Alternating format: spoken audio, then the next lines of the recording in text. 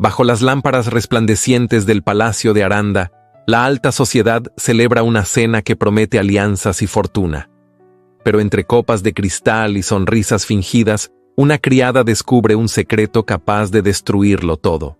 Él, un duque atrapado entre el deber y la verdad.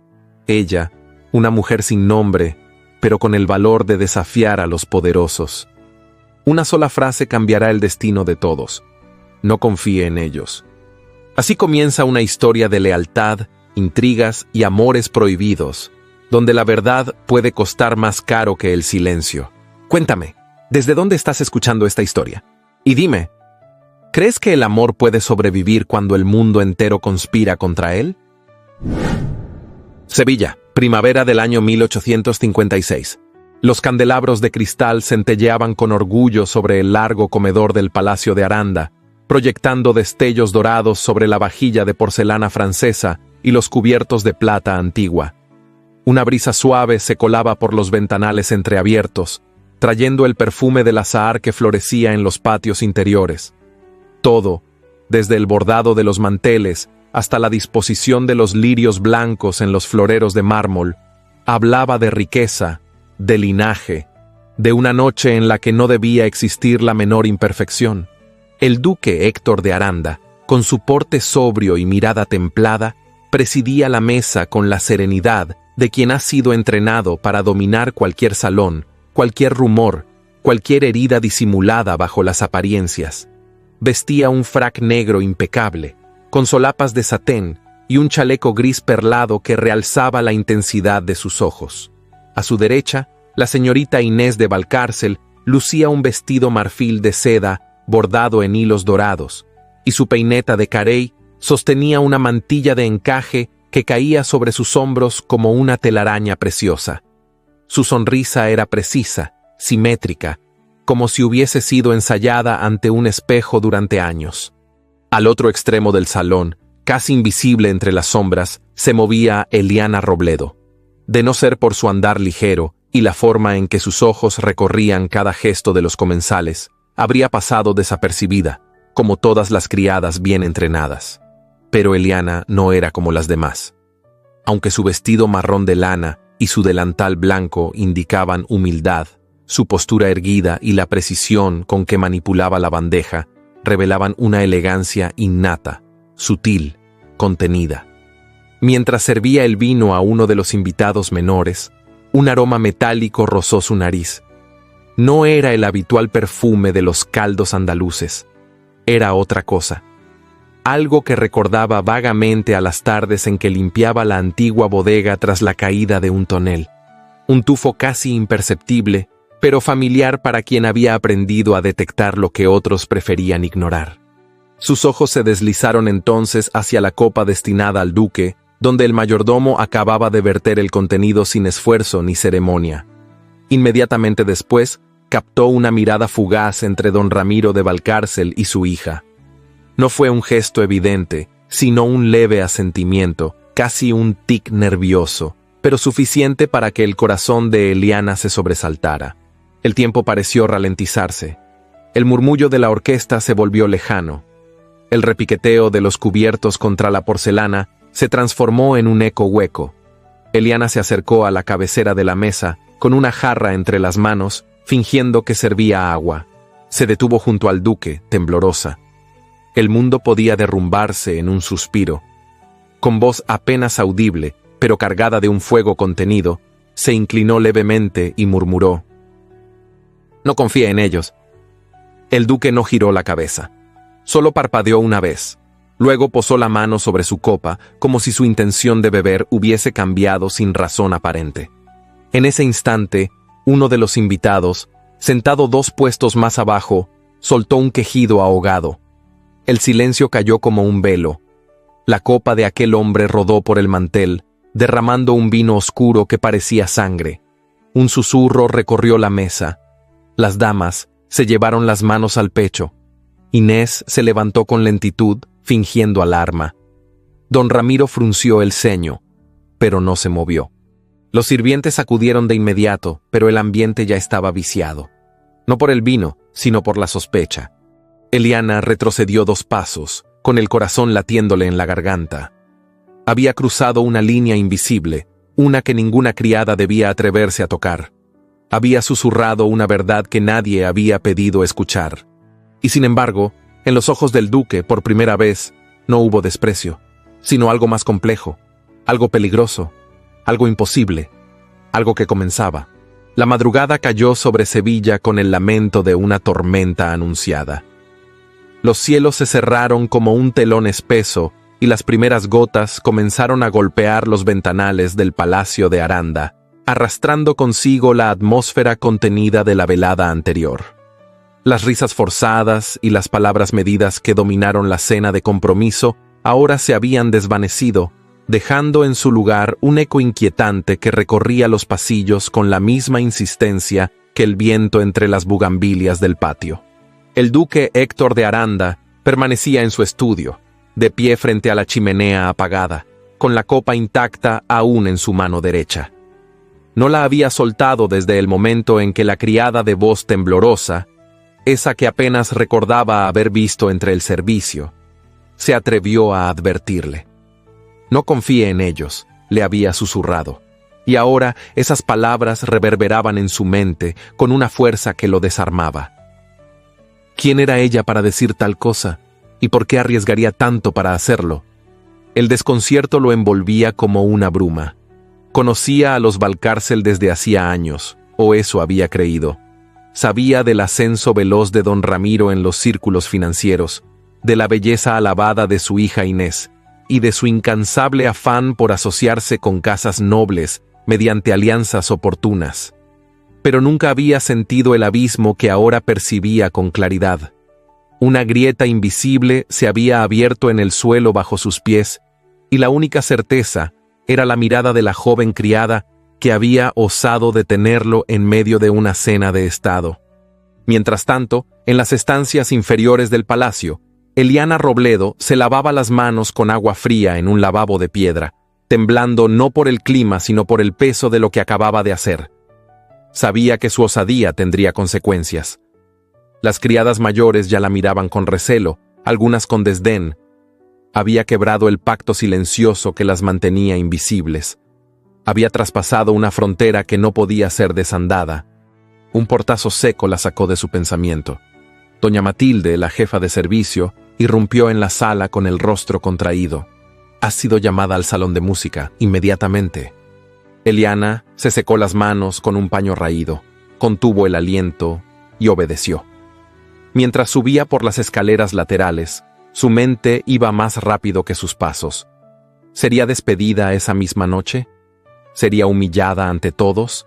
Al llegar, encontró el salón encendido con luces tenues. El terciopelo granate de las cortinas caía pesado sobre las ventanas, ocultando el estruendo de la lluvia que golpeaba con furia los cristales. En el centro, Inés de Valcárcel la esperaba de pie, erguida como una escultura de mármol helado.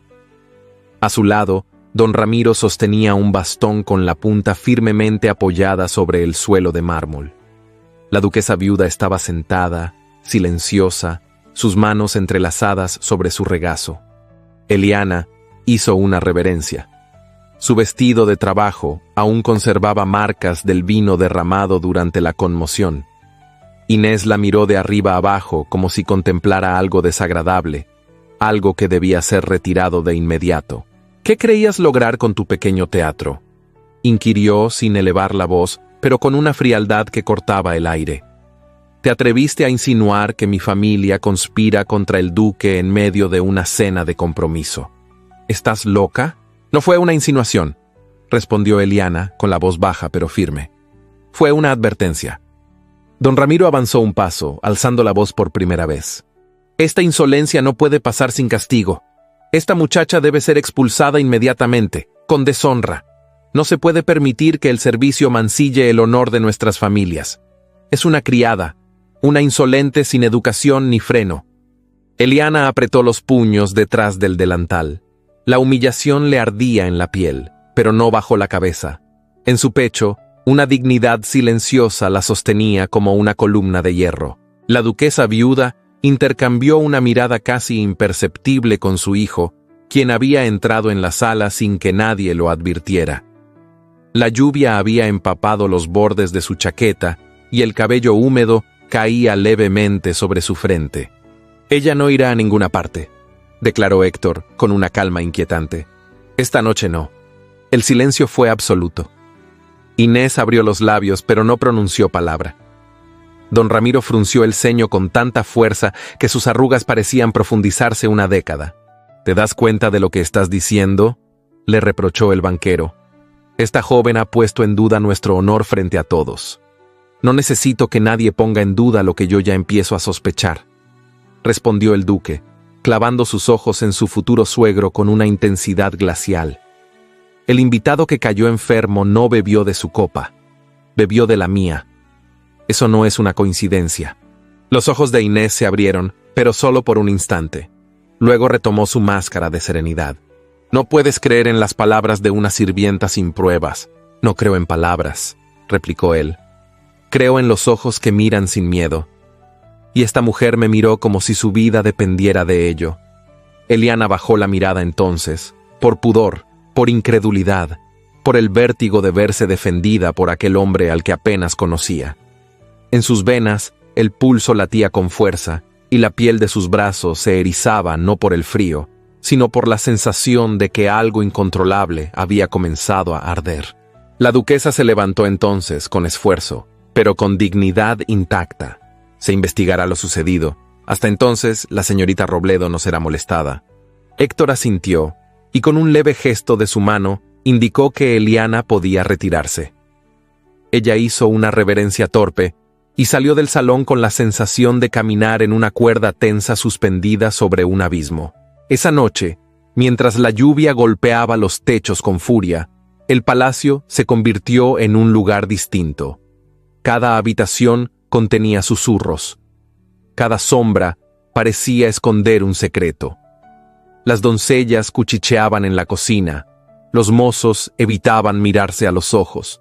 Algo se había quebrado en la armonía de esa casa, algo que no podía recomponerse con protocolo ni apariencias.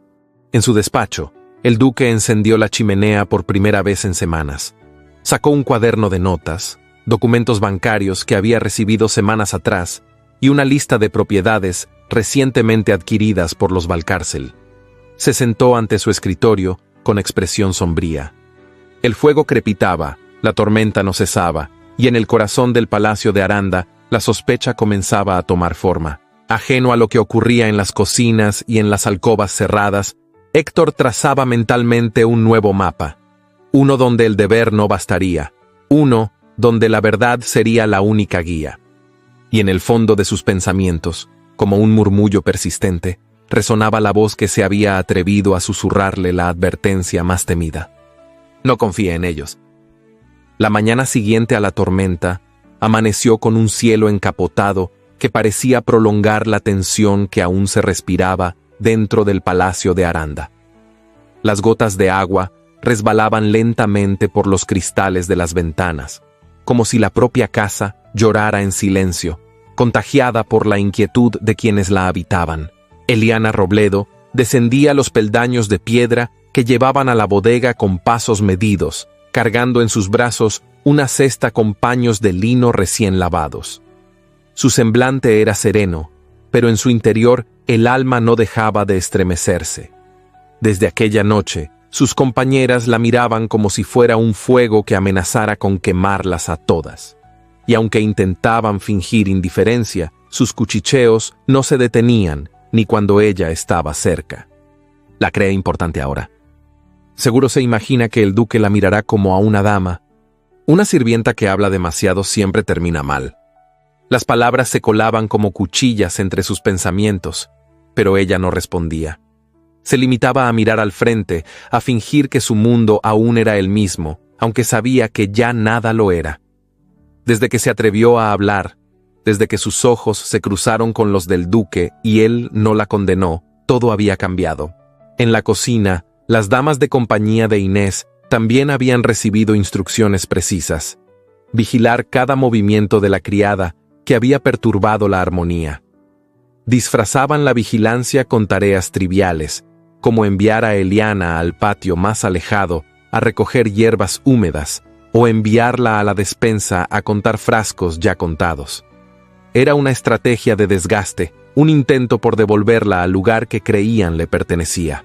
Pero ella resistía, no por terquedad, sino por una dignidad interior que ningún delantal podía ocultar. Entre tinajas antiguas y botellas alineadas en silencio, la bodega se había convertido en su refugio. El lugar donde las voces ajenas no podían alcanzarla y donde el peso de sus recuerdos volvía a visitarla sin piedad. Allí, bajo la luz tenue de una lámpara de aceite, solía sentarse a repasar cuentas del inventario de vinos.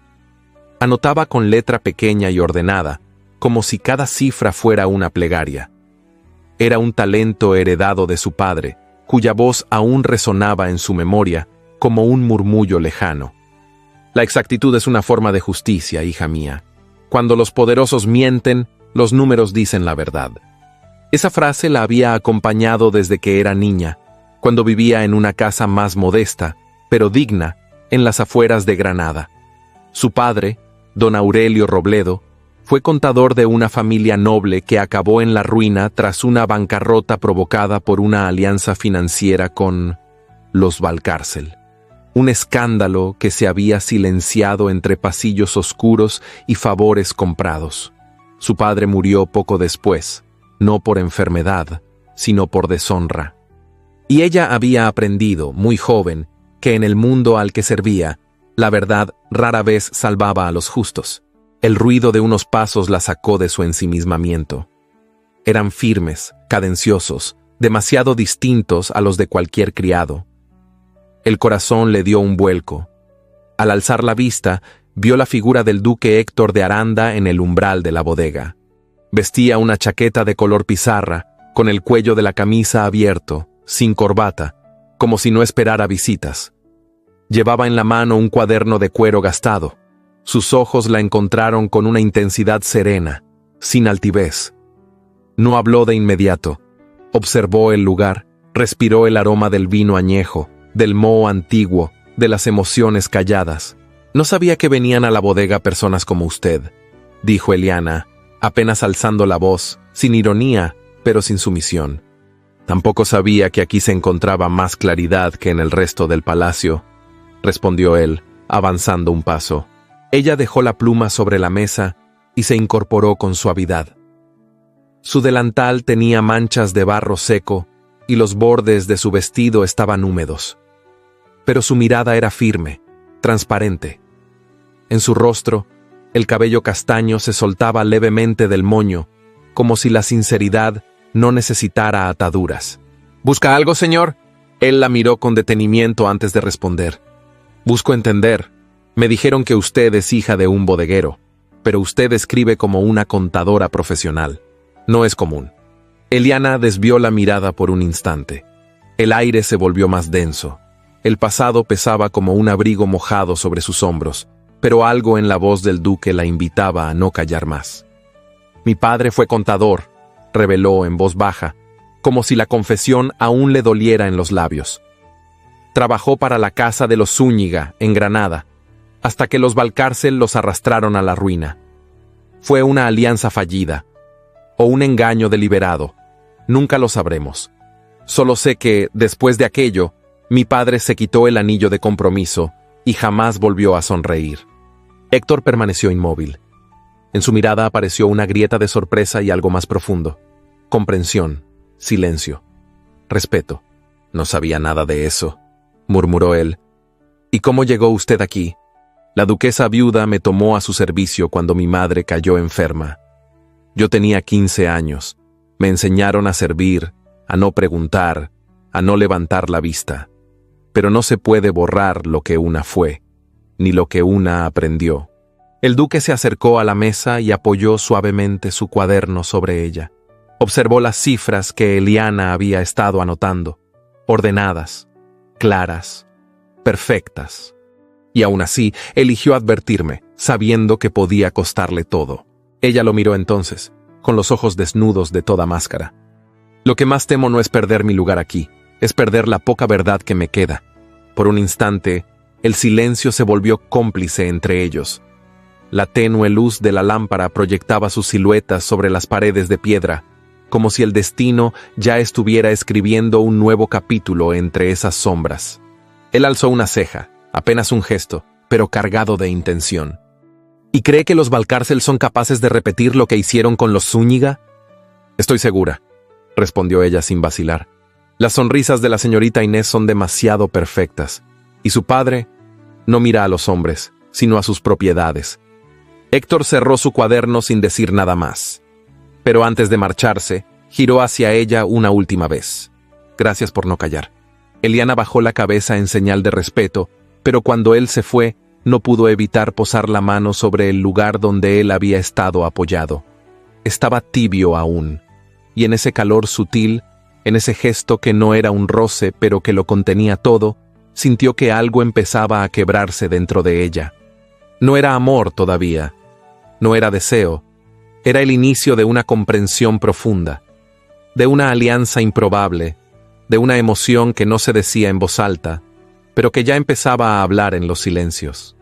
El sol de mediodía caía oblicuo sobre las columnas blancas del patio central del Palacio de Aranda, proyectando sombras geométricas sobre el suelo empedrado. El murmullo de la fuente en el centro, que alguna vez había parecido música de fondo para una vida ordenada, ahora sonaba como un reloj de arena que se agotaba sin cesar. El aire olía a magnolias, pero también a incertidumbre. Don Ramiro de Valcárcel paseaba por el ala este del palacio como si le perteneciera. Su bastón golpeaba con ritmo calculado las losas de mármol, cada paso medido, cada mirada cargada de intención. Había llegado sin previo aviso, acompañado solo por su secretario, y había solicitado una reunión privada con el duque Héctor de Aranda en la biblioteca. El pretexto era revisar los últimos detalles del contrato nupcial, pero todos sabían que tras cada palabra de cortesía, don Ramiro escondía un filo afilado con precisión. La biblioteca olía a cuero envejecido y a papel antiguo. Los altos estantes que custodiaban las obras heredadas de generaciones pasadas eran testigos mudos de lo que allí se discutía. Héctor, de pie junto a la ventana, no disimulaba su incomodidad. Sostenía entre los dedos un sobre lacrado que don Ramiro acababa de entregarle. El mundo es cruel con los nombres ilustres cuando las cifras no los respaldan, dijo el banquero con voz tersa, sin levantar la mirada de su bastón. Y aunque usted haya heredado el apellido Aranda, también ha heredado sus deudas. Héctor rompió el sello y examinó el contenido. Eran extractos bancarios, escrituras y documentos legales que evidenciaban movimientos financieros riesgosos hechos en nombre de su padre, años atrás. La situación no era nueva para él, pero lo que sorprendía era la precisión con la que don Ramiro había reunido esos datos. Nada era ilegal, pero bastaba una interpretación maliciosa para que su reputación quedara manchada en los círculos aristocráticos. ¿Me está amenazando?, preguntó el duque, sin apartar la vista del papel. Lo estoy protegiendo, corrigió don Ramiro con una sonrisa controlada. Cuando esta boda se celebre, su nombre y su fortuna estarán a salvo. Con mi hija, no solo ganará una esposa obediente y refinada, ganará mi respaldo. Y en estos tiempos, eso vale más que un escudo nobiliario. Héctor cerró el sobre con lentitud. Sus ojos azules se encontraron con los del banquero, y aunque no dijo nada, en su mirada se insinuaba un desafío contenido, como el filo de una espada envainada. ¿Y si no se celebra?, murmuró con frialdad. Don Ramiro se inclinó levemente hacia él. Entonces, lamentablemente, mis manos estarán atadas, y los rumores en Sevilla vuelan con más velocidad que las palomas. Con un gesto suave se retiró, dejando tras de sí un silencio denso. Héctor permaneció solo, observando los documentos otra vez. No era miedo lo que sentía, sino una mezcla de asco y decepción. La alianza con los Valcárcel, alguna vez considerada conveniente, ahora se mostraba por lo que realmente era: una transacción encubierta de poder, una jaula vestida de oro. Mientras tanto, en los corredores interiores, Inés de Valcárcel avanzaba con paso firme hacia el jardín privado. Su vestido de muselina azul claro flotaba tras ella como una nube serena, pero sus pensamientos eran un torbellino. Había sentido la distancia de Héctor en los últimos días, y eso no le resultaba tolerable. Estaba acostumbrada a tener el control, y si lo había perdido, lo recuperaría como fuera. Lo encontró junto a los rosales, sin chaqueta, con la camisa arremangada hasta los codos, como si fuera un hombre común y no un duque. El contraste entre su apariencia relajada y su expresión tensa la desconcertó. Aún así, se aproximó con una sonrisa compuesta. «No acostumbras descuidar tanto tu presentación», comentó con dulzura estudiada. Él no respondió de inmediato. Se limitó a arrancar una hoja marchita de un rosal. Luego la miró con una calma incómoda. «Tal vez he estado demasiado ocupado fingiendo ser alguien que no soy». Inés se sentó en un banco cercano, cruzando delicadamente los tobillos, y adoptó una expresión de preocupación medida. «Sé que todo ha sido muy abrupto. El incidente, los comentarios. Pero quiero que sepas que sigo dispuesta a comenzar de nuevo, a obedecer, si eso te da paz, a ser la esposa que esperas». Héctor frunció el ceño. Las palabras, aunque suaves, sonaban vacías. No por su tono, sino por la ausencia de alma detrás de ellas. «No necesito una esposa obediente», respondió. «Necesito a alguien en quien confiar». «¿Y no confías en mí?» «No confío en nada que venga envuelto en tanto silencio». Inés apretó los labios conteniendo una réplica. Se levantó con elegancia y se inclinó apenas hacia él. «Ten cuidado, Héctor. A veces, el silencio protege más que la verdad, y otras veces, la verdad destruye todo». Y se fue, dejando en el aire un perfume suave que no lograba borrar el hielo de sus palabras. Mientras tanto, en el ala de servicio, Eliana Robledo organizaba frascos en la despensa. Su mente estaba dispersa, atrapada entre el temor y la incomodidad. Desde su conversación con el duque en la bodega, algo había cambiado. No en los demás, sino dentro de ella. Ya no podía negarse que su presencia la inquietaba, que su mirada la seguía incluso cuando no estaba cerca. Y aunque no se atrevía a ilusionarse, no podía ignorar lo que sentía cuando lo veía cruzar el pasillo en dirección contraria y desviarse hacia donde ella estaba. Esa misma tarde, mientras revisaba un inventario en los establos interiores, escuchó pasos acercándose. Reconoció su andar antes de verlo. Se volvió con rapidez, y al hacerlo, su hombro rozó el de él sin querer.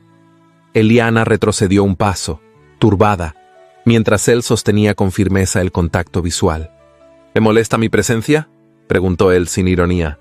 «Me desconcierta», respondió ella con franqueza. «¿Por qué?». «Porque no estoy acostumbrada a que los señores escuchen a quienes como yo no tienen nombre». Héctor bajó la mirada hacia el papel que ella sostenía. Era una lista de gastos domésticos, anotada con la misma caligrafía ordenada que había visto antes. Su voz se suavizó. «Usted ve cosas que los demás no ven. Eso tiene valor. Más del que imagina». Eliana respiró hondo. Sabía que debía callar, inclinar la cabeza y continuar con su labor. Pero algo en el tono de su voz la empujó a hablar. «Y usted está atrapado, entre el deber y algo más». Héctor no se sorprendió. Quizá porque ella había dicho lo que él no se había atrevido a admitir. En lugar de negarlo, sonrió con tristeza. «El deber es una jaula que a veces se disfraza de honor». Sus ojos se cruzaron en un instante cargado de tensión contenida. No se tocaron, no se acercaron más, pero en el espacio entre ellos creció una emoción callada, como la brasa que permanece encendida bajo la ceniza. Esa noche, el duque permaneció largo rato en su estudio, sin tocar los documentos del banquero, sin atender a los criados que golpeaban con suavidad la puerta para recordarle que la cena estaba servida. Su mente volvía, una y otra vez, a los ojos de Eliana, a su voz serena, a su pasado silenciado. Y por primera vez en mucho tiempo, comenzó a preguntarse si era posible vivir más allá del deber.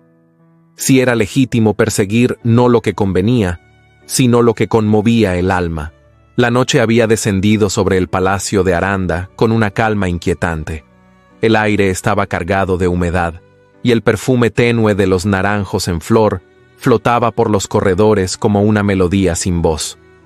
En las estancias nobles, Ya se habían apagado las luces principales, y los pasos del servicio, que durante el día se cruzaban como un enjambre coordinado, ahora se deslizaban en silencio, como si los muros escucharan. Eliana Robledo caminaba descalza por el ala norte, sosteniendo contra su pecho un libro envuelto en un paño oscuro. Llevaba un camisón modesto cubierto por un chal fino de lana gris, que se había tejido ella misma en los inviernos pasados. Sus cabellos estaban recogidos de forma sencilla, sin prisa ni adornos. El leve crujir de las tablas del suelo bajo sus pies era el único sonido que la acompañaba mientras se acercaba a la puerta de la biblioteca. Giró el picaporte con lentitud, asegurándose de que no hubiera ojos curiosos a su alrededor. Una vez dentro, cerró suavemente y se permitió respirar con libertad. Las paredes altas, cubiertas de estanterías, la envolvieron como un santuario. Allí no era una criada. Allí, entre páginas amarillentas y letras antiguas, era solo una mujer buscando entender el mundo. Encendió una de las lámparas de aceite más cercanas y se acomodó junto a una mesa baja de roble. Desenvolvió el libro con el cuidado de quien toca una reliquia. Era un volumen de derecho civil, uno de los muchos que había visto en manos de abogados cuando su padre aún vivía. Su vista recorrió los párrafos con rapidez. No leía por capricho. Leía porque comprendía que en esos textos estaban las llaves que los poderosos usaban para encubrir lo injusto con apariencia de ley. Perdida en una explicación sobre contratos hereditarios, no oyó los pasos firmes que se acercaban por el pasillo exterior. Tampoco sintió la presencia hasta que una voz, grave y profunda, se dejó oír detrás de ella. No sabía que entre sus talentos estaba el estudio del derecho. Eliana se sobresaltó. El libro cayó abierto sobre la mesa. Al volverse, se encontró frente a la figura del duque Héctor de Aranda, vestido con una bata de terciopelo oscuro y camisa blanca sin cuello. Su rostro estaba suavizado por la luz tenue, y en sus ojos había más curiosidad que reproche. «Perdóneme, señor», balbuceó ella de pie de inmediato, con las manos temblorosas. «No fue mi intención». «¿Robar un libro? ¿Usar una sala prohibida?», interrumpió él sin dureza en el tono. «Aprender», dijo ella bajando la mirada. «Solo eso». Héctor se acercó despacio, observando el libro abierto sobre la mesa. «¿Derecho de herencia? Es una lectura pesada incluso para los que la estudiamos con maestros». «Lo sé», respondió Eliana. «Pero, a veces, lo que está escondido entre líneas revela más que las palabras mismas». El duque tomó asiento frente a ella, sin invitación, pero sin arrogancia. Apoyó los codos sobre la mesa, entrelazando los dedos. «¿Qué ha aprendido esta noche?». Ella lo miró. Su mirada era franca, sin temor, aunque su corazón latía con fuerza. Sentía el peso de ese momento, no como un peligro, sino como un cruce de caminos. «He leído sobre las condiciones en las que se puede impugnar un testamento», dijo con claridad. «Y sobre cómo una cláusula puede favorecer a quienes redactan, no a quienes heredan. Las palabras tienen bordes afilados, señor». Héctor asintió sin apartar los ojos de los suyos. «Las palabras cuando se usan con frialdad son armas. Usted lo ha comprendido». Un silencio se instaló entre ellos.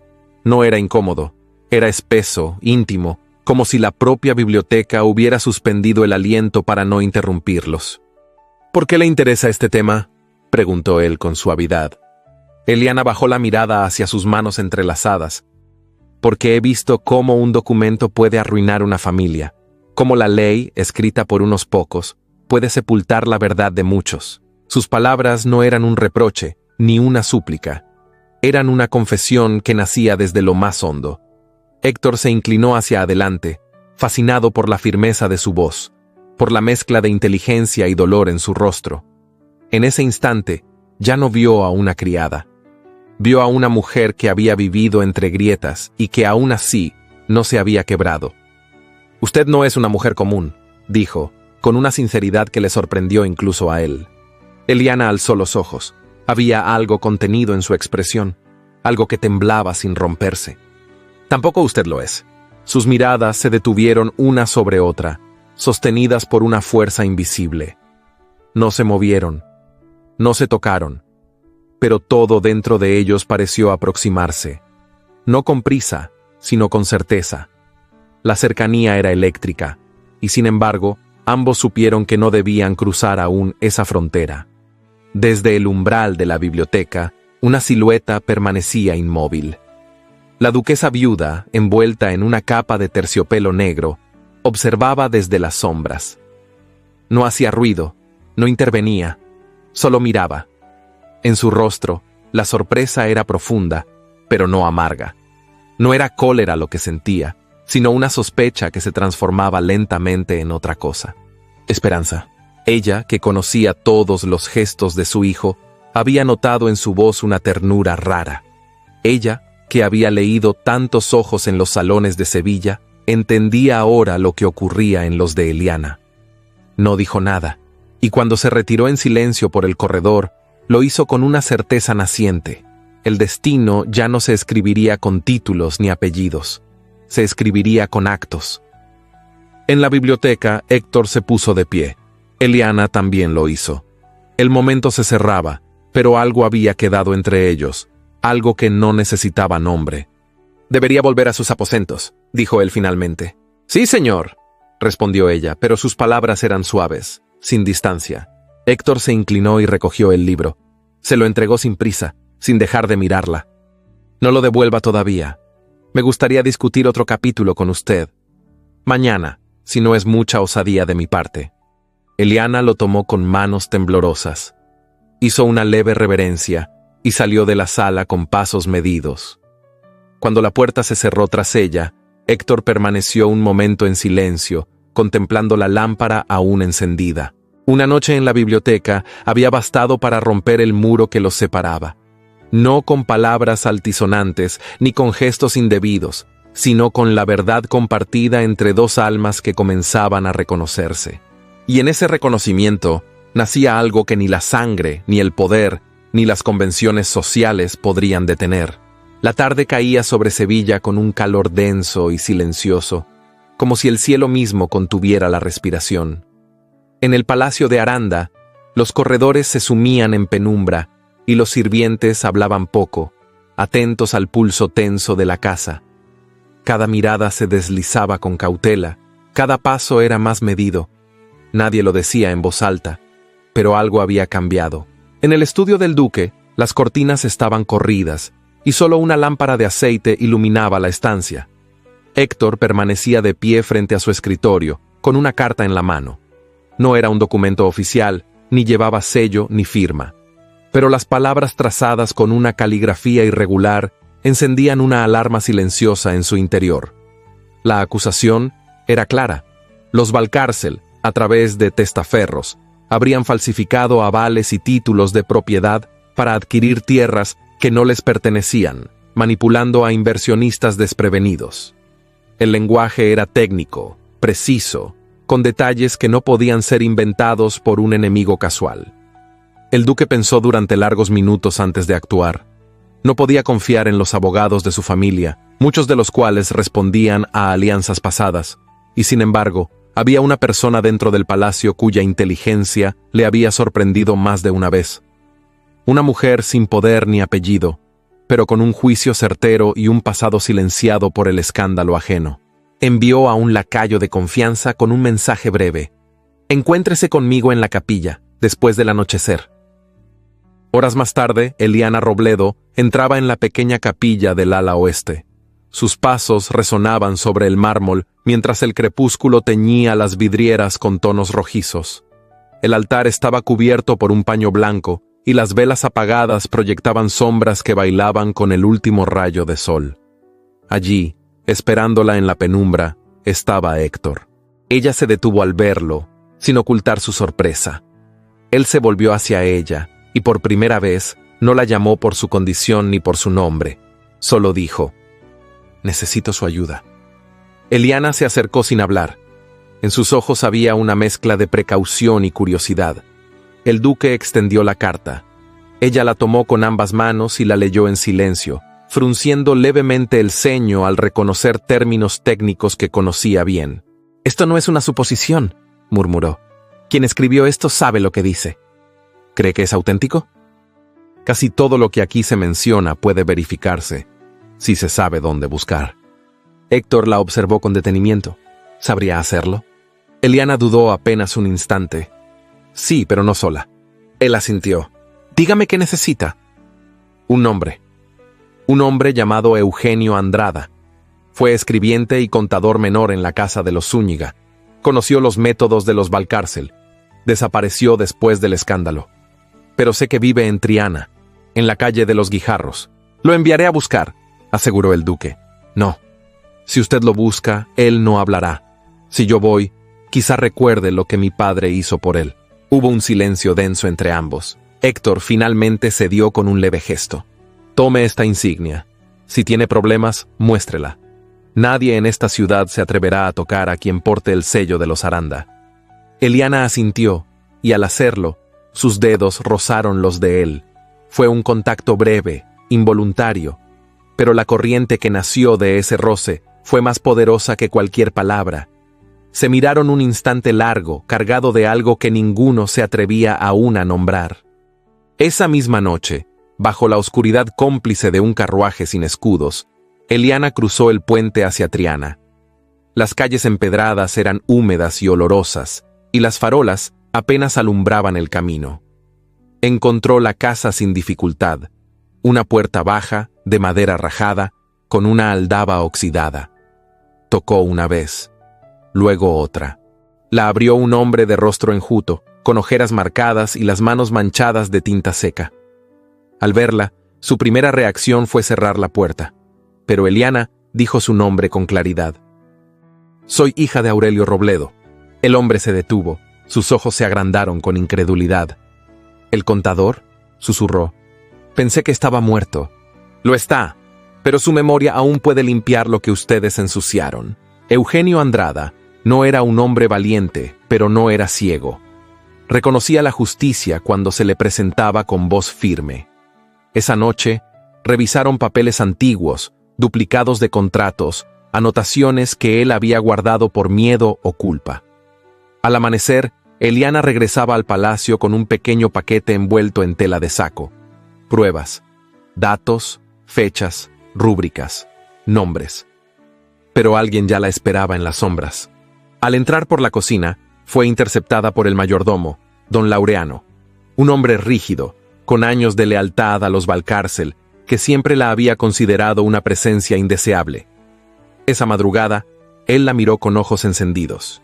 ¿Dónde ha estado?, espetó. Fui enviada por el señor, respondió sin miedo. ¿El duque?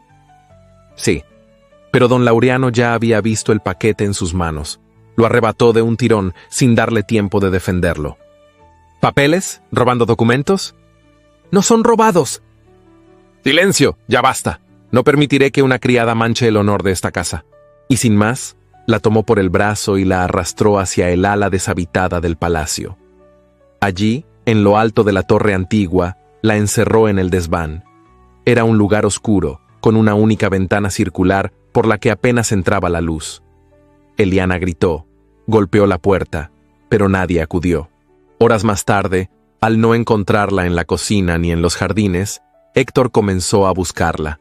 Envió a criados, preguntó a la duquesa, incluso interrogó al propio Laureano, quien fingió ignorancia. Pero su mentira duró poco. Al final de la tarde, el duque irrumpió en el desván y la encontró allí, sentada en el suelo de piedra, con las manos arañadas y los labios secos. Al verla, sintió que algo se desgarraba en su interior. ¿Quién hizo esto? Ella no respondió. Solo lo miró, y en sus ojos había dolor. Pero también una confianza absoluta, una lealtad intacta. Héctor la ayudó a ponerse de pie. Su mano en la de ella era firme, protectora, y aunque no dijo palabra, el temblor en su mandíbula revelaba su furia contenida. Esa noche, mientras Eliana descansaba en la habitación de las damas enfermas, con una criada a su cuidado, Inés apareció en los aposentos del duque. Llevaba un vestido de gasa azul, vaporoso, con el cabello suelto sobre los hombros. Su perfume dulzón llenó la estancia como un veneno invisible. «Héctor, vine porque necesito verte». Él la miró sin moverse. «No es el momento». «¿Y cuándo lo será?», Después de que esa mujer termine de embrujarte, no hable de ella, ordenó, con voz baja pero helada. ¿Entonces es cierto? ¿La prefieres a mí? ¿A una criada? La prefiero a quien no me miente. Inés palideció. Dio un paso hacia él, pero Héctor retrocedió. Te he visto como una obligación. Ella me ha mirado como un hombre. El silencio que siguió fue definitivo. Inés se marchó con la dignidad herida, y el duque, solo en su habitación, permaneció de pie frente al ventanal, sin dormir, sin cerrar los ojos, vigilando el jardín, esperando que amaneciera.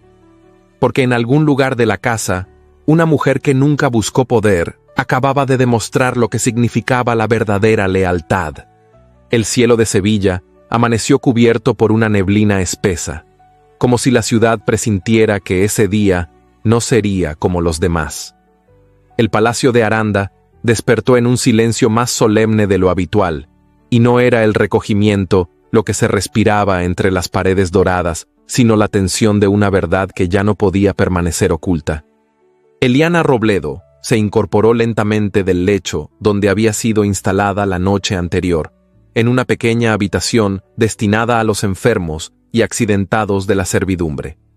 Su cuerpo aún sentía las consecuencias del encierro, pero su espíritu permanecía intacto. Tenía ojeras marcadas y la piel algo pálida, pero sus ojos conservaban esa luz firme que tanto incomodaba a quienes estaban acostumbrados a mirar desde arriba. No había pasado una hora desde el amanecer cuando la puerta se abrió sin previo aviso. El duque entró con paso decidido, sin criados, sin protocolo. Llevaba el rostro tenso, la mandíbula apretada, y en las manos, cuidadosamente protegidos por una carpeta de cuero, los documentos que Eliana había logrado recuperar la noche anterior. El Consejo del Ducado se reunirá hoy, anunció sin preámbulos. Quiero que esté presente. Ella parpadeó, incrédula. Nunca antes una mujer del servicio había cruzado las puertas de la sala del Consejo. Su presencia allí sería una afrenta para muchos, pero una afirmación para otros. ¿Está seguro?, preguntó con cautela. Estoy seguro de usted, respondió él con firmeza. Y eso basta. Eliana no respondió, solo asintió.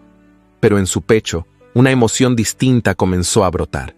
No era vanidad, ni gratitud. Era el peso hondo de la confianza, de esa que no se pide, pero cuando llega, lo cambia todo. Horas más tarde, la gran sala del consejo fue abierta.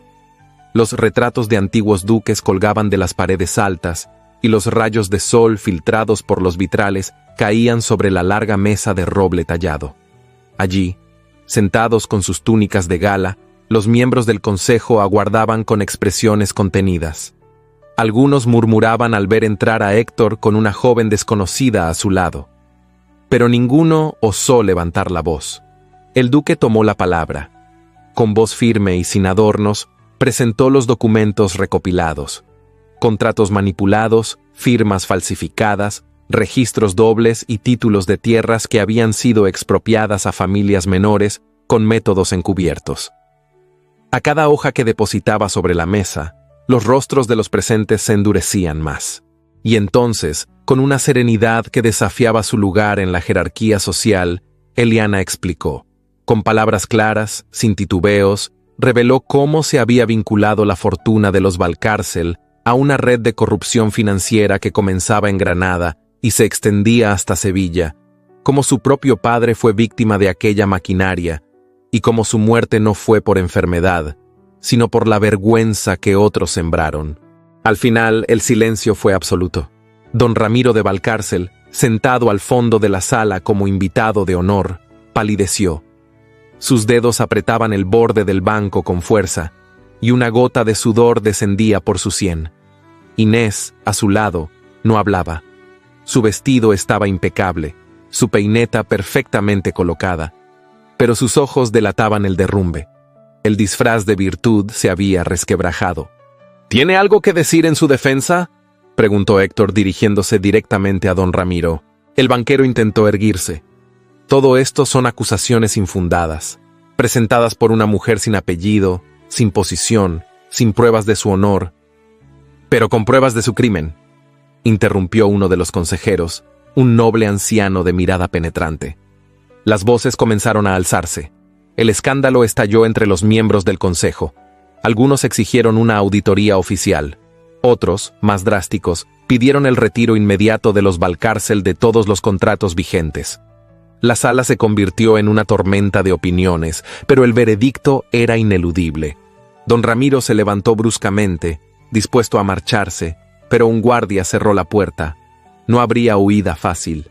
Esa tarde, el apellido Valcárcel comenzó a desmoronarse en las bocas de quienes días antes lo reverenciaban. Inés no pronunció palabra. Solo bajó la cabeza y salió del salón tras su padre, con el paso firme de quien sabe que ya no tiene dónde esconderse. El escándalo recorrió Sevilla como un reguero de pólvora.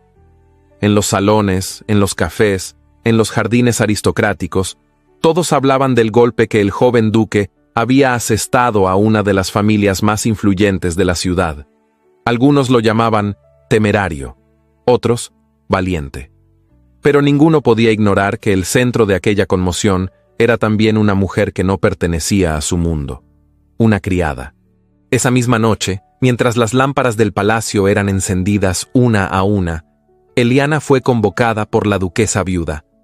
La antigua señora del palacio la esperaba en sus aposentos, sentada junto a una ventana abierta, desde donde se veía el jardín iluminado por la luna. Eliana entró en silencio, con las manos cruzadas y el corazón latiendo fuerte. No sabía qué esperar. Podía ser una felicitación o una sentencia. La duquesa no habló al principio. Solo la observó con detenimiento. Llevaba un vestido negro con encaje en los puños y un camafeo antiguo sobre el pecho. En sus ojos no había dureza, sino una melancolía que solo los años podían depositar. «Mi hijo cree en usted», dijo por fin sin rodeos. «Y yo creo en los ojos de mi hijo cuando mira con el alma». Eliana no respondió. La duquesa se levantó con lentitud y caminó hacia ella. Sus manos, frágiles pero seguras, tomaron las suyas. Hace muchos años perdí la capacidad de confiar en quienes llegaban a esta casa con palabras dulces y promesas vacías. Usted no pidió nada, y sin embargo, ha dado más que todos ellos. Solo hice lo correcto, murmuró Eliana. Lo correcto, repitió la duquesa, como saboreando el peso de esas palabras. En este mundo, hacer lo correcto suele costar muy caro. Se alejó unos pasos pensativa y luego volvió a mirarla. No tengo autoridad para cambiar lo que el mundo dicta, pero sí para reconocer el valor cuando se presenta frente a mí. La conversación no duró más de unos minutos, pero para Eliana fue un umbral cruzado. No se le ofrecieron títulos ni promesas, pero en los ojos de la duquesa había algo más valioso: reconocimiento. Esa noche, el palacio durmió en calma por primera vez en semanas. Las sombras se disipaban poco a poco, y en el corazón de esa inmensa casa de piedra y silencio, una joven sin escudo nobiliario comenzaba a escribir su nombre con actos que ningún linaje podría negar. Los días que siguieron a la caída de los Valcárcel trajeron al palacio de Aranda una calma engañosa.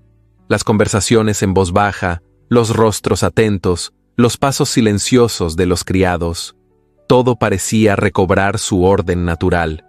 Pero en el centro mismo de aquel remanso de apariencias, una decisión germinaba, invisible, imparable. Eliana Robledo, desde su discreto regreso a las labores, sabía que algo se acercaba. Lo percibía en las miradas que evitaban encontrar la suya, en la forma en que las criadas más antiguas bajaban la cabeza al cruzarse con ella, y sobre todo en el silencio contenido que habitaba en los pasillos. Nadie la trataba como a una igual, pero tampoco como a una sirvienta cualquiera. Había cruzado un umbral, y eso, en una casa como aquella, era tan peligroso como imperdonable. Una tarde nublada, la señora del palacio hizo llamar a Eliana. La orden fue entregada con la cortesía precisa, sin tono ni emoción, como si se tratara de una formalidad habitual. Pero Eliana sabía leer entre líneas. Se lavó las manos, se retiró el delantal, se alisó el vestido modesto que usaba para los días de labor más liviana y caminó por el corredor largo hasta la habitación privada de la duquesa viuda. La estancia estaba impregnada de un perfume suave, mezcla de lavanda y cera pulida. La duquesa estaba sentada frente a una mesita de té, con los dedos cruzados sobre un pañuelo de encaje. La ventana abierta dejaba entrar el murmullo del jardín, y sobre la mesa, una caja de madera de cedro reposaba como un testigo mudo de lo que estaba por decirse. «Siéntese, por favor», dijo la duquesa, con una amabilidad que no dejaba de ser formal. Eliana obedeció. Mantuvo la espalda erguida, las manos sobre el regazo, la mirada baja. La duquesa observó su rostro durante varios segundos. Luego, habló con voz firme, aunque no exenta de ternura. «Usted ha hecho mucho por esta casa, más de lo que cualquiera podría esperar. No tengo palabras suficientes para agradecerle, pero soy una mujer de mundo, señorita Robledo, y entiendo que a veces, incluso las acciones más nobles, cuando provienen de quienes no tienen nombre, son interpretadas con otros ojos». Eliana no respondió. Aguardó. «Héctor», continuó la duquesa, «es un hombre bueno, pero ha sido educado para llevar un título, un legado. No pertenece a sí mismo, aunque a veces lo olvida». La duquesa abrió la caja de cedro. Dentro había un sobre sellado y una bolsa de terciopelo azul. «Aquí hay suficiente para que comience una nueva vida, en cualquier lugar, con libertad, con dignidad y con la gratitud eterna de esta familia». Eliana levantó la mirada. En sus ojos no había ira, pero sí una tristeza tan honda que el aire pareció volverse más denso. «¿Eso es lo que valgo?», preguntó con voz suave. «¿Una bolsa de monedas para desaparecer?». «No se trata de precio», dijo la duquesa bajando la vista por primera vez. «Se trata de proteger lo que aún puede salvarse». Eliana respiró hondo. Se levantó con calma, no tomó el sobre, no miró el dinero. «Yo no vine aquí buscando un lugar, vine porque la vida me empujó. Y si algo he ganado, no es un favor, es respeto. Si tengo que irme, lo haré, pero no con su limosna». Hizo una reverencia lenta, elegante, firme. Luego salió de la habitación sin volver la vista atrás. No tardó en empacar sus pocas pertenencias. Un libro, 2 vestidos humildes, un pañuelo bordado por su madre y una carta que nunca había enviado. En el pasillo, nadie se atrevió a detenerla. Caminó con paso sereno hasta el ala sur, donde una puerta trasera daba al jardín. Era el atardecer. Las glicinas comenzaban a perder sus flores y el invernadero, cubierto de sombras violetas, parecía dormido. Pero no estaba vacío. Héctor estaba allí, de pie, esperándola entre las columnas cubiertas de enredaderas. No llevaba chaqueta, ni corbata, ni la expresión reservada que solía usar en público. Solo tenía los ojos puestos en ella, con una intensidad que la hizo detenerse a medio paso. «¿Te vas?», preguntó sin adornos. «Sí», respondió ella sin temblor. «No hay más lugar para mí aquí». Héctor avanzó hasta ella. No le pidió explicaciones. No le exigió razones. Solo alargó la mano, como si ese gesto contuviera todo lo que no se atrevía a decir. «No puedo verte partir», murmuró. «No después de todo lo que has hecho. No después de todo lo que he descubierto en tus ojos». «¿Y qué has descubierto?». «Verdad, valor, lealtad y algo que nunca imaginé merecer». Eliana bajó la mirada. Sus labios temblaron apenas. «No soy parte de tu mundo, Héctor. No lo he sido nunca. No quiero ese mundo si no estás en él». Él la tomó de la mano, no con posesión, sino con desesperación contenida. «Renuncio al título si es necesario, a la herencia, a todo. Solo dime que te quedarás». Eliana sintió que el pecho se le encogía. Quiso hablar. Quiso gritar que sí, que había soñado con ese momento desde que lo vio por primera vez cruzar el patio de la bodega con la camisa arremangada y los ojos cubiertos de dudas. Pero algo más fuerte que el deseo la detuvo. La convicción de que un amor verdadero no debe comenzar con sacrificios desmedidos. Que la libertad no se gana aceptando condiciones que traerán reproches. Que hay gestos que deben esperar. Se acercó a él, levantó el rostro, lo miró con la intensidad de quien sabe que lo está perdiendo y aún así decide actuar con nobleza. Y entonces lo besó. Fue un beso lento, firme, profundo. No había prisa en sus labios. No había pasión desbordada ni urgencia. Solo un amor inmenso que no necesitaba palabras. Una promesa que no exigía juramentos. Cuando se separaron, Héctor intentó hablar, pero ella lo silenció con una caricia breve en el rostro. Algún día entenderás por qué este adiós es mi forma más alta de amor. Y se marchó. Lo dejó allí, entre las glicinas marchitas, con el alma rota y el corazón en llamas. Sevilla, al día siguiente, despertó con un nuevo escándalo. El duque de Aranda había rechazado toda alianza matrimonial. La nobleza murmuraba, las señoras escandalizadas fingían pesar, y los criados repetían la historia con asombro. Pero entre todos esos ecos, solo una verdad se mantenía intacta. El amor, cuando es verdadero, sabe cuándo callar y cuándo dejar partir. 3 meses habían transcurrido desde la tarde en que Eliana Robledo abandonó el palacio de Aranda, con un beso silente en los labios y el corazón dividido entre la fidelidad a sí misma y el amor imposible que la perseguiría en cada amanecer. Desde entonces, la brisa del mar de Cádiz la envolvía cada mañana mientras recorría, con paso sereno y mirada absorta, las callejuelas del barrio viejo, donde las piedras guardaban ecos de antiguas promesas y las campanas marcaban el ritmo de una vida que, aunque humilde, había logrado conquistar cierta paz. Vivía en una pensión modesta regentada por una viuda discreta, donde el mobiliario era antiguo y el pan, duro después del segundo día, pero donde nadie preguntaba por su pasado ni por las lágrimas que a veces escapaban en la penumbra. Vestía sencillo, con vestidos de algodón oscuro, el cabello recogido sin adornos, y un aire de dignidad callada que hacía que los vecinos la trataran con una mezcla de respeto y distancia. Trabajaba como copista en un pequeño despacho de abogados situado frente a la Plaza de las Flores. Sus jefes, hombres grises y formales, la habían contratado por recomendación de un antiguo conocido de su padre, y pronto descubrieron que su letra era clara, precisa, y que su memoria retenía nombres, fechas y cláusulas con una facilidad que muchos licenciados envidiaban. No hablaba más que lo necesario, no intervenía en discusiones ni chismes, y jamás llegó tarde. Pero cuando el bullicio del día se disipaba y el cielo se teñía de rojo sobre las tejas encaladas, su corazón recordaba. Recordaba la biblioteca en penumbra, el roce de una mano que no se atrevió a quedarse, la mirada del hombre que la había defendido ante el mundo y que luego tuvo que dejar atrás. No con odio, ni con resentimiento, sino con una tristeza tan profunda que aún se respiraba en su forma de caminar. A cientos de kilómetros, en Sevilla, el Palacio de Aranda había entrado en una etapa de transformación silenciosa.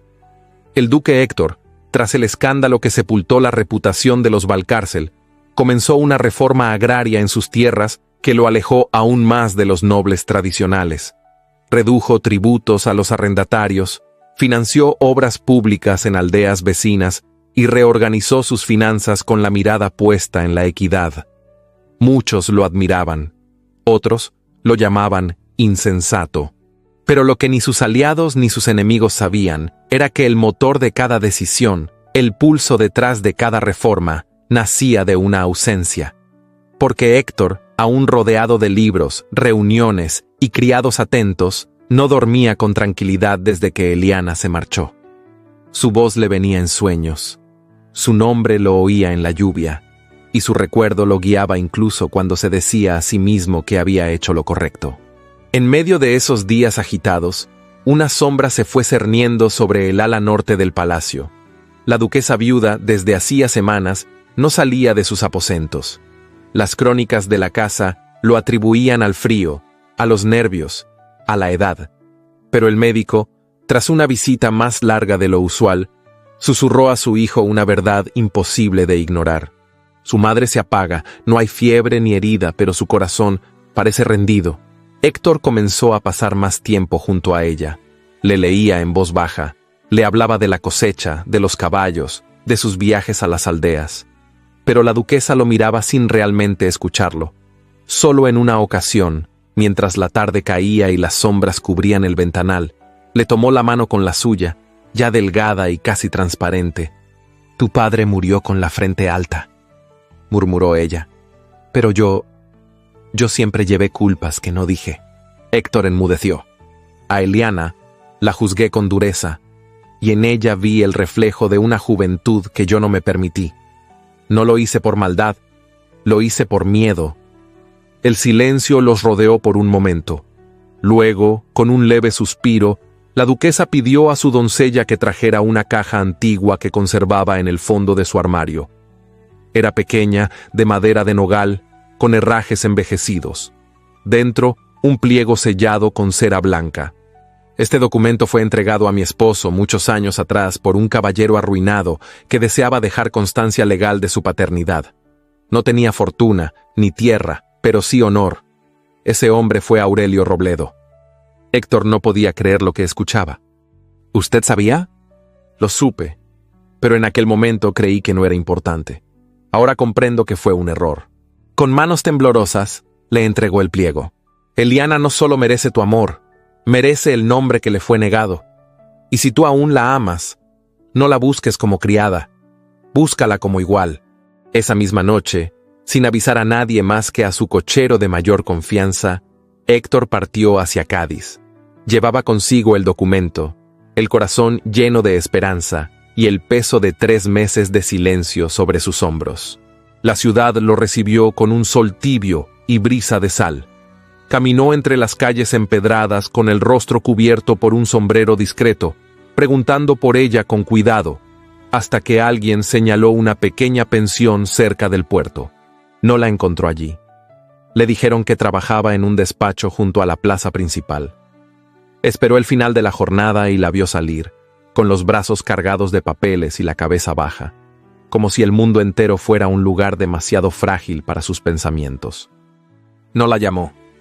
La siguió en silencio, por respeto, por temor, por amor.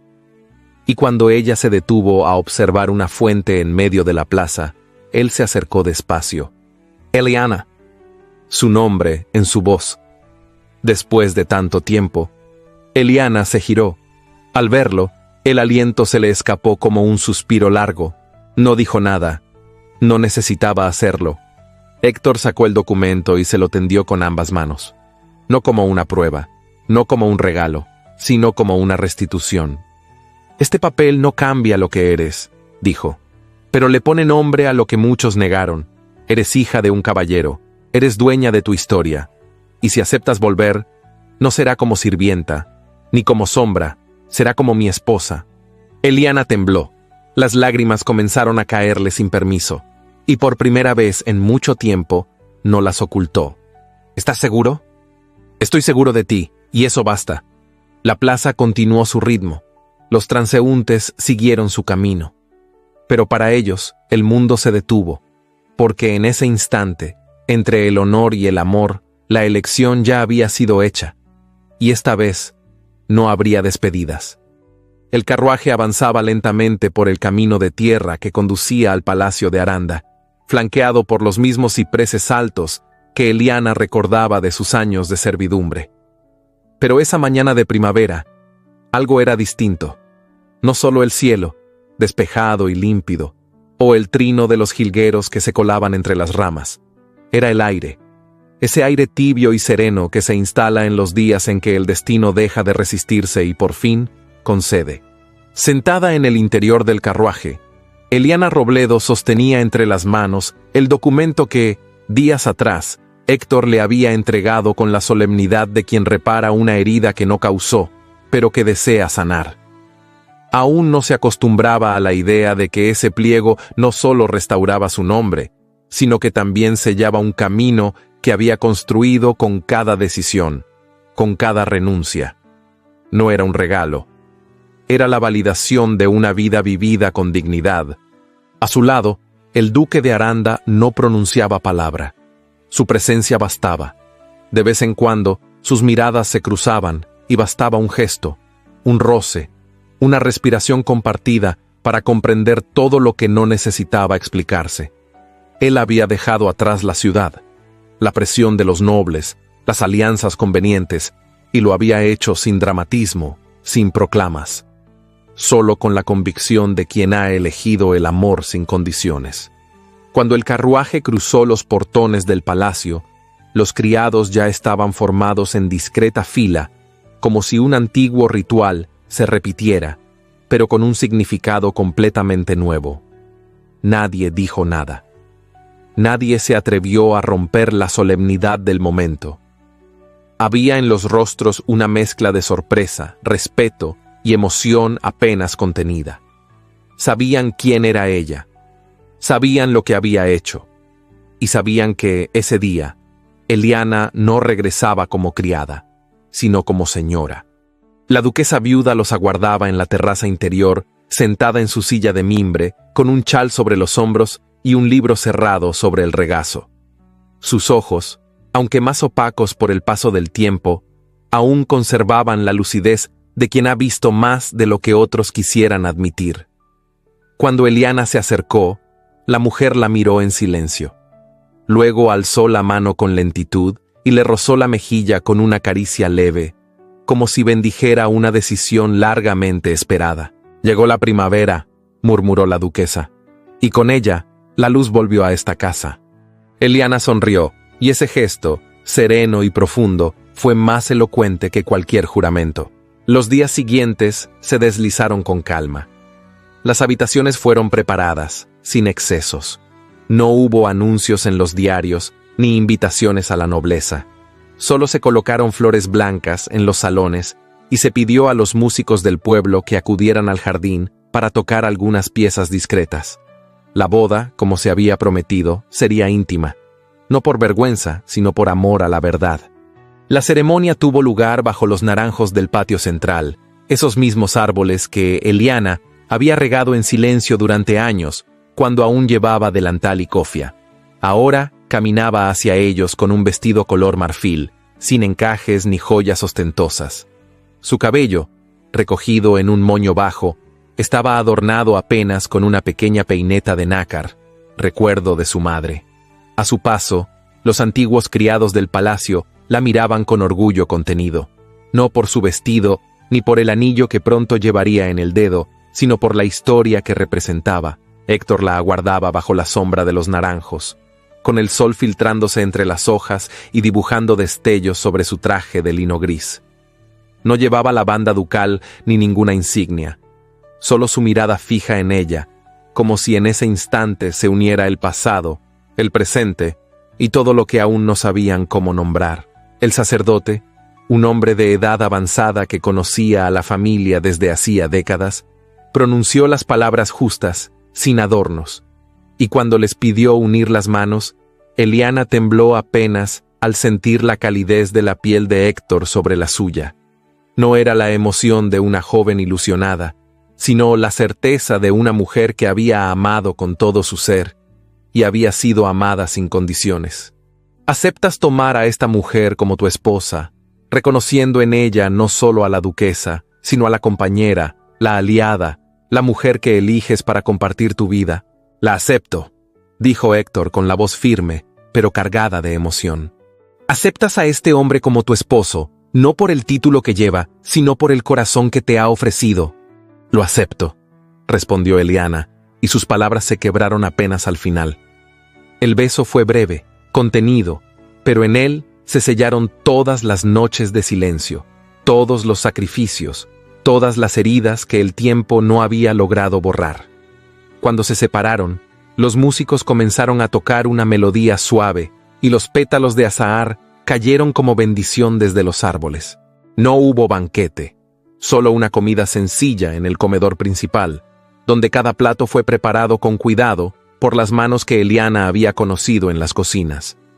La duquesa viuda presidió la mesa con una sonrisa discreta. Nadie alzó la voz. Nadie brindó con palabras altisonantes. Pero el ambiente estaba lleno de algo más poderoso que cualquier discurso: gratitud.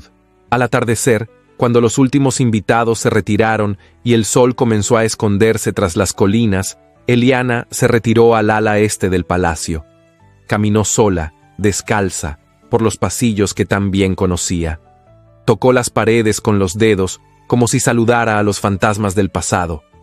Entró en la biblioteca, donde la lámpara aún colgaba del mismo sitio, y acarició el lomo de uno de los libros de derecho civil que una vez leyó en secreto. Subió luego hasta el desván donde había sido encerrada y se permitió llorar por unos minutos, no de dolor, sino de redención. Finalmente regresó al corredor principal. Caminó con paso firme hacia el vestíbulo central, donde los vitrales reflejaban la última luz del día. Se detuvo, observó su reflejo en el espejo ovalado y por primera vez se vio completa. No como la criada, no como la huérfana, no como la mujer que debía esconder sus palabras, sino como Eliana Robledo de Aranda. En la última escena, ya caída la noche, Eliana recorre los pasillos del palacio en silencio, con una vela encendida entre las manos. A su paso, las sombras retroceden, y en su mirada queda la certeza de que jamás olvidará de dónde vino, porque fue en las sombras donde aprendió a mirar con el alma, y fue en la luz donde, finalmente, aprendió a amar sin miedo. Palacio de Aranda, primavera del año 1866. El viento jugaba entre las ramas floridas de los naranjos, y el perfume de azahar era tan intenso como en aquella lejana tarde en que dos almas, marcadas por el dolor y la esperanza, se prometieron una vida juntos, bajo su sombra. Habían pasado 10 años desde aquella boda silenciosa, íntima, poderosa en su sencillez. Y aunque el tiempo había dibujado nuevas líneas en los rostros, nada había conseguido borrar la intensidad con que se miraban. Héctor de Aranda, ya con algunas canas en las sienes, seguía siendo el mismo hombre de porte imponente y alma firme, aunque ahora su sonrisa aparecía con mayor frecuencia. Eliana, convertida en duquesa con una dignidad que nunca buscó, pero que mereció desde siempre, conservaba en los ojos la misma luz que, años atrás, lo guió entre la desconfianza y el escándalo. El Palacio de Aranda, restaurado en parte y abierto a las nuevas ideas que el tiempo imponía, ya no era el bastión inaccesible de la vieja nobleza. Bajo el impulso de Eliana, ahora funcionaba también como casa de estudio para jóvenes huérfanas de buen juicio, hijas de familias caídas en desgracia, muchachas que antes habrían sido invisibles para la sociedad. Allí aprendían a leer, escribir, llevar cuentas, administrar. Eliana recorría los salones junto a ellas, escuchaba sus historias, corregía con paciencia y compartía con cada una un pedazo de su alma. Tuvieron 2 hijos. Tomás, el mayor, era un joven de 9 años, de cabellos oscuros y mirada clara, con la seriedad precoz de su padre y la sensibilidad silenciosa de su madre. Lucía, de 7, era risueña, curiosa, y con una lengua afilada que desarmaba incluso al más riguroso de los tutores. Ambos habían nacido en primavera, como si la estación hubiera querido sellar con flores cada etapa de ese amor que resistió todos los obstáculos. La duquesa viuda había partido 2 inviernos atrás, con el corazón en paz y una carta entre las manos, escrita por Eliana con tinta azul y letras firmes, en la que le agradecían no el perdón, sino la posibilidad de escribir su propia historia. En su testamento dejó constancia de su arrepentimiento, así como una generosa donación para las jóvenes pupilas del palacio. De los Valcárcel, poco se hablaba ya.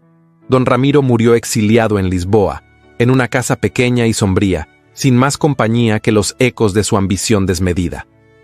Inés, por su parte, se casó en Alemania con un diplomático viudo. Aunque intentó rehacer su vida con elegancia, nunca consiguió borrar el estigma de aquella caída pública. Algunos decían que, en las grandes recepciones, aún evitaba las copas de vino, como si temiera que algún fantasma del pasado se reflejara en el cristal. Héctor continuó su labor como duque con renovado sentido de propósito. Bajo su dirección, se abolieron viejas prácticas feudales en sus tierras, se reconocieron derechos laborales básicos, y se creó una red de colaboración con pequeños agricultores de la región. Fue criticado, sin duda, y muchos lo tildaron de loco, romántico o traidor a su clase. Pero él no cedió. Quien ha conocido la verdad no puede volver a vivir en la mentira, solía decir, repitiendo palabras que Eliana le susurró una noche de tormenta muchos años atrás. El amor, ese que nació en el susurro de una advertencia y creció entre las sombras de un palacio lleno de secretos, se mantuvo firme. No fue un amor sin desafíos. Hubo silencios, heridas del pasado que tardaron en sanar, noches de preocupación por la salud de un hijo o por las intrigas de la nobleza. Pero fue un amor cultivado con paciencia, con respeto, con admiración mutua.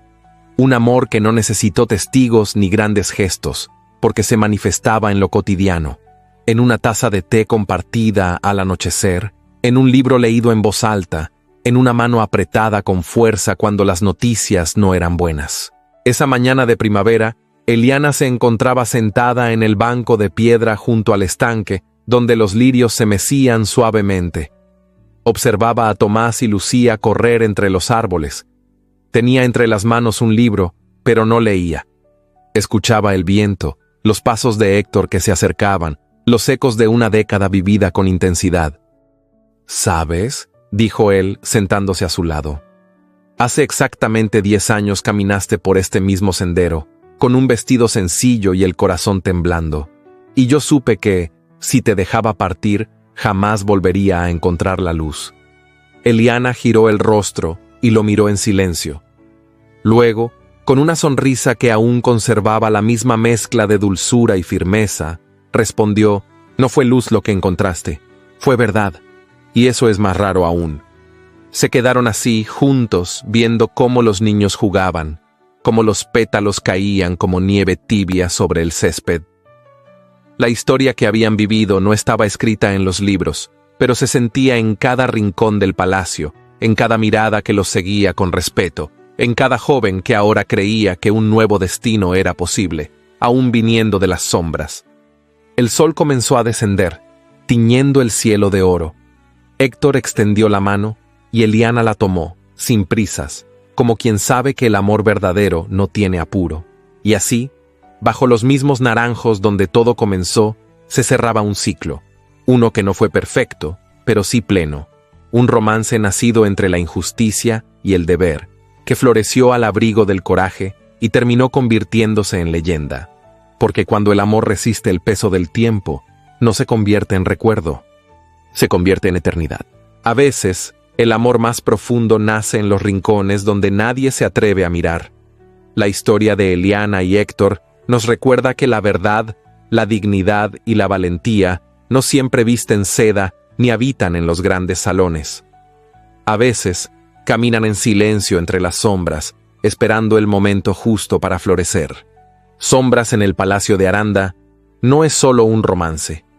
Es una lección de fortaleza, de amor que desafía clases, prejuicios y temores. Nos enseña que las cicatrices del pasado no definen nuestro destino, y que una voz firme, aún desde la humildad, puede cambiar el curso de la historia. Si esta historia tocó tu corazón, cuéntanos qué parte fue tu favorita, qué personaje te conmovió más o qué enseñanza te llevas. Y si llegaste hasta aquí, escribe en los comentarios la palabra alma. Así sabremos que fuiste parte de este viaje hasta el último suspiro y nos ayudarás a seguir compartiendo más historias como esta. No olvides que en las tarjetas te dejo otras narraciones similares, igual de intensas, llenas de emoción, secretos y amores imposibles. Gracias por acompañarme, porque en los pasillos del pasado aún resuenan los latidos de un amor que no se rinde.